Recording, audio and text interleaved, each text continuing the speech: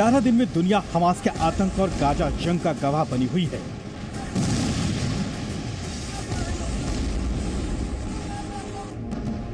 Hamas के आतंकियों Israel के सैनिकों के अलावा निर्दोष लोगों की जानें जा रही हैं।